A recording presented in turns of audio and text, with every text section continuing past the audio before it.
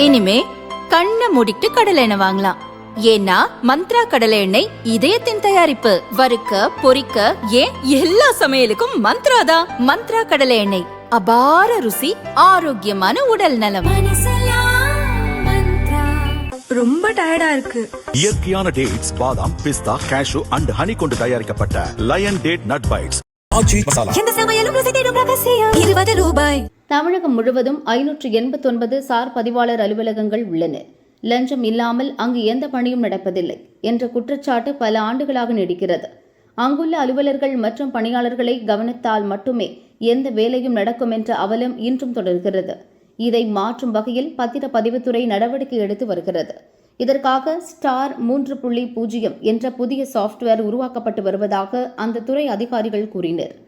இதுகுறித்து பத்திரப்பதிவுத்துறை அதிகாரிகள் கூறியதாவது: மகாராஷ்டிரா மாநிலத்தில் பத்திரப்பதிவு பணிகளை மேற்கொள்ள தனியார் மையங்களுக்கு அந்த மாநில அரசு அனுமதி வழங்கியுள்ளது.